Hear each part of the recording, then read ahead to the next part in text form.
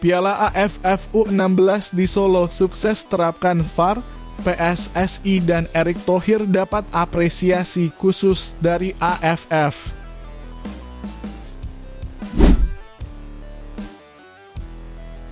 Gagal bawa timnas Indonesia U16 juara Piala AFF, Erick Thohir langsung putuskan pernyataan nasib Nova Arianto ke depannya.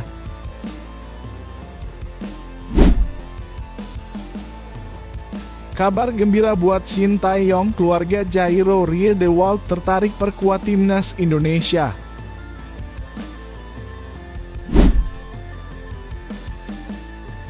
Shin Tae-yong akan panggil Boaz Solosa, sang penyerang yang pernah bobol gawang Cina dan Arab Saudi.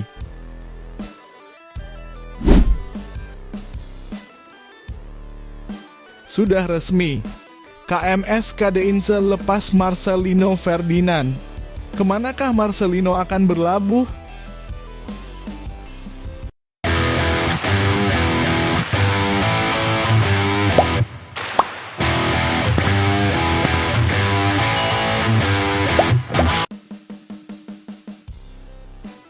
PSSI mendapatkan apresiasi khusus dari Federasi Sepak Bola Asia Tenggara AFF setelah berhasil menerapkan teknologi Video Assistant Referee VAR di ajang Piala AFF U16. Penyelenggaraan Piala AFF U16 2024 yang telah selesai digulirkan di kota Solo itu menjadi kejuaraan pertama di bawah naungan AFF yang menerapkan VAR. Teknologi ini mulai digunakan pada fase semifinal hingga final. Presiden AFF Mayor Jenderal Kiev Samet memberikan apresiasi khusus untuk Ketua Umum PSSI, Erick Thohir, beserta jajarannya yang sukses membantu penerapan teknologi ini di Piala AFF U16 2024. Selain itu, asistensi penuh yang disediakan oleh FIFA dan AFC juga ikut membantu suksesnya implementasi VAR pada 4 pertandingan yang tersaji pada fase gugur kejuaraan tersebut. Saya mencerminkan apresiasi Dewan AFF dengan mengucapkan terima kasih kepada FIFA, AFC, Erick Thohir, dan rekan-rekan di PSSI atas bantuan besar yang diberikan dalam penerapan VAR di Piala AFF U16 2024.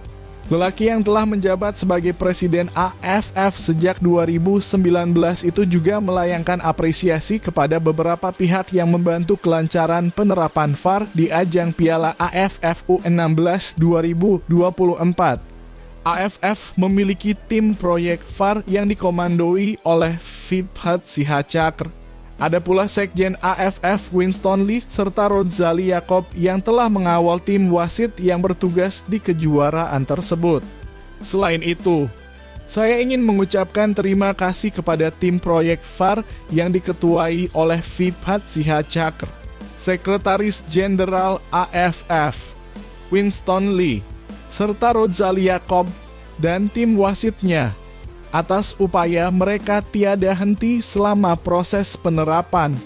AFF akan secara bertahap memperkenalkan VAR di kompetisi lainnya yang dimulai dengan kejuaraan Piala AFF U19 2024 yang bakal bergulir di Surabaya pada 17 hingga 29 Juni 2024. Teknologi yang sama juga akan digunakan pada kejuaraan Piala AFF antar klub pada tanggal 21 Agustus 2024 hingga 21 Mei 2024, serta Piala AFF 2024 yang akan bergulir pada 23 November hingga 21 Desember 2024.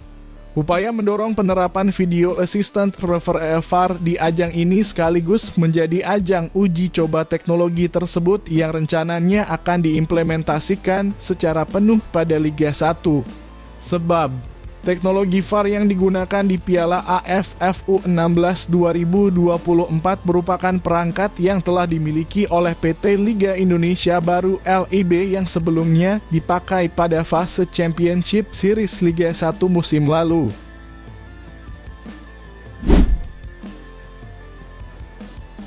Ketua Umum PSSI Erick Thohir membeberkan nasib pelatih Nova Arianto usai Timnas Indonesia berlaga di Piala AFF U16 2024.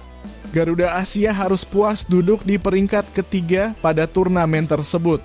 Timnas Indonesia harus puas duduk di peringkat ketiga Piala AFF U16 usai dikalahkan Australia pada babak semifinal dengan skor 3-5 di Stadion Manahan, Solo. Gol Timnas Indonesia dicetak Muhammad Zahabi-Gholi dan Josh Holong. Sementara 5 gol Australia tercipta dari Amlani Tatu, Quinn McNichol, dan Anthony Didulica. Pada babak perebutan tempat ketiga, Garuda Asia tampil sangat impresif dengan melumat Vietnam 5-0.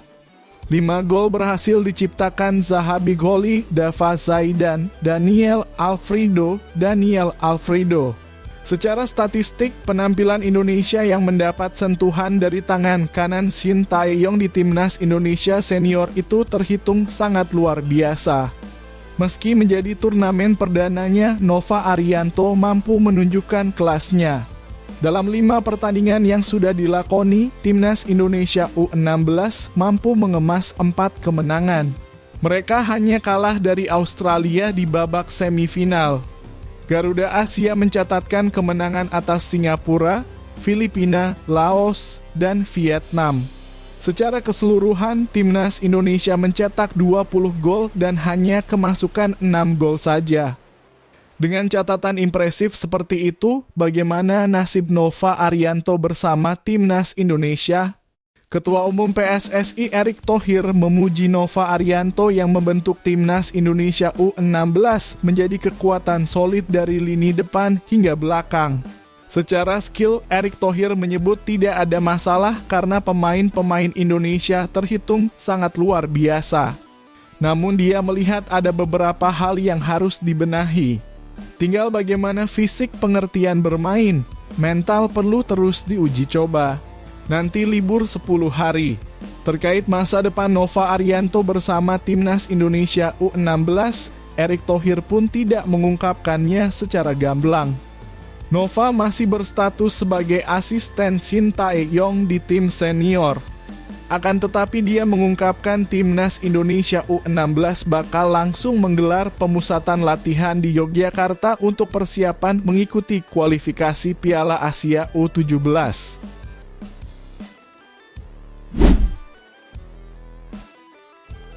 Pelatih Timnas Indonesia Shin Tae-yong dijamin bahagia.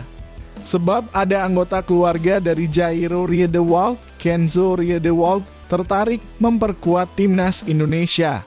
Kenzo Riedewald merupakan keluarga jauh dari Jairo Riedewald yang baru saja meninggalkan klub Premier League Crystal Palace. Ya, saya keluarga Jairo Riedewald. Keluarga jauh, tapi ya dia keluarga saya. Kakek saya pernah menjelaskannya kepada saya. Namun, setelah kakek saya meninggal, tak ada lagi yang bisa menjelaskan lebih jauh bagaimana situasinya. Kenzo Riedewald merupakan pesepak bola kelahiran 24 Februari 2007. Memiliki darah Suriname, Indonesia, dan Belanda, Kenzo Riedewald dapat beroperasi sebagai winger kiri dan kanan. Saat ini, Kenzo Riedewald berstatus sebagai pemain AZ Alkmaar RU17. Sebelum membela AZ, pemain berambut kribo ini berkesempatan membela tim junior Ajax Amsterdam. Fakta di atas menunjukkan Kenzo Riedewald bukanlah pemain sembarangan. Jika dipoles secara benar, Kenzo Riedewald dapat tumbuh menjadi pemain yang luar biasa. Karena itu Shin Tae-yong, Indra Syafri atau khususnya PSSI jangan sampai telat mendekati pemain yang satu ini. Kenzo Riedewald terang-terangan siap memperkuat Timnas Indonesia jika mendapat tawaran. Andai benar didekati PSSI, tenaga Kenzo Riedewald bisa lebih dulu diandalkan untuk Timnas Indonesia U19. Sejumlah event besar akan dijalani Timnas Indonesia U19 ke depan.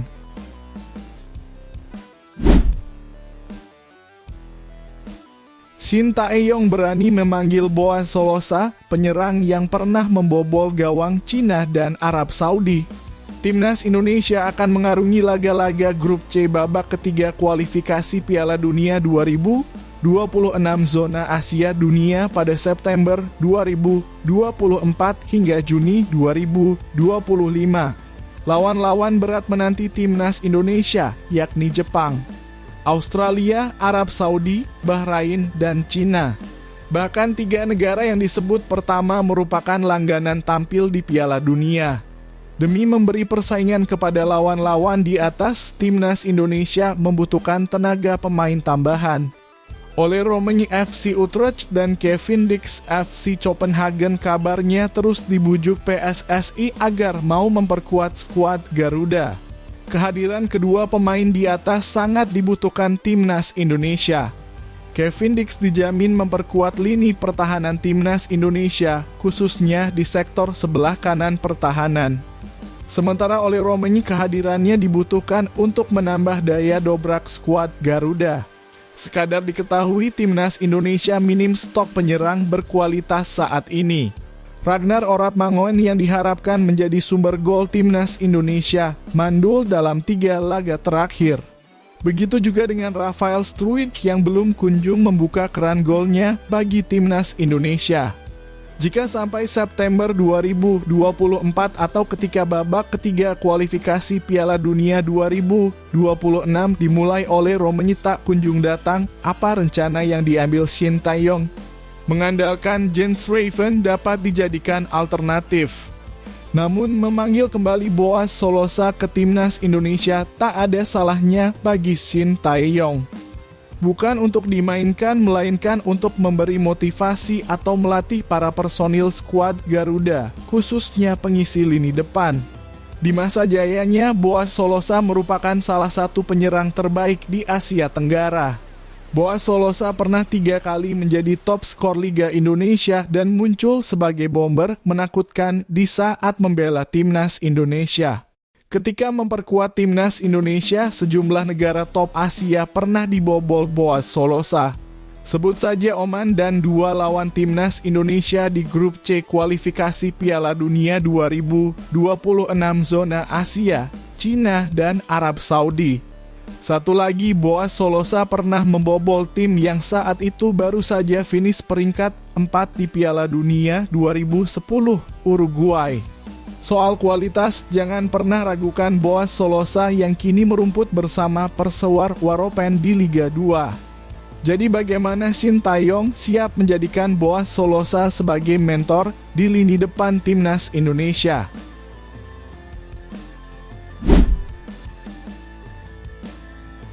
Marcelino Ferdinand dipastikan tidak akan bersama KMSK De Inze untuk Challenger Pro League kasta kedua Liga Belgia. Selain Marcelino, ada 10 pemain yang dilepas oleh De Inze, yakni adalah Liridon Balaj, Victor Alvarez, Theo Quintero, Jules Travers, Nicolas Marchier, Dylan De Belder, Aiman Kasimi, Rousseau Depo Orter, Emilio Kehrer, dan Nacho Miras. De Inze sendiri adalah tim pertama Marcelino untuk berkarir di luar negeri. Dia sebenarnya cukup bersaing dan mendapatkan kesempatan dalam 7 laga De Inze. Namun mengunci tempat reguler di Eropa tentu bukan hal yang mudah. De Inze mengakui bahwa mendatangkan Marcelino memberikan dampak signifikan. Salah satunya dari media sosial mereka yang langsung diserbu netizen Indonesia. Marcelino Ferdinand pindah dari Persebaya Surabaya. Pemain berusia 18 tahun ini pindah ke KMSK De Inze untuk mendapatkan pengalaman pertamanya di Eropa. Kepindahannya memberikan dorongan besar bagi media sosial klub. Dia memainkan 7 pertandingan resmi untuk Tigers dan mencetak 1 gol. Tim yang bermarkas di Burgemeester van de Wille Stadion juga memberikan apresiasi kepada semua pemain yang meninggalkan klub. De Inze berharap mereka bisa sukses di tim selanjutnya. Kami ingin mengucapkan terima kasih kepada mereka semua satu persatu atas komitmen dan kontribusi mereka kepada KMSK De Inze. Semoga sukses di tantangan berikutnya. Terkait Marcelino, pemain kelahiran Jakarta ini dipastikan tetap melanjutkan karir di Eropa. Salah satu tim yang dikabarkan berminat atas jasanya adalah Oxford United.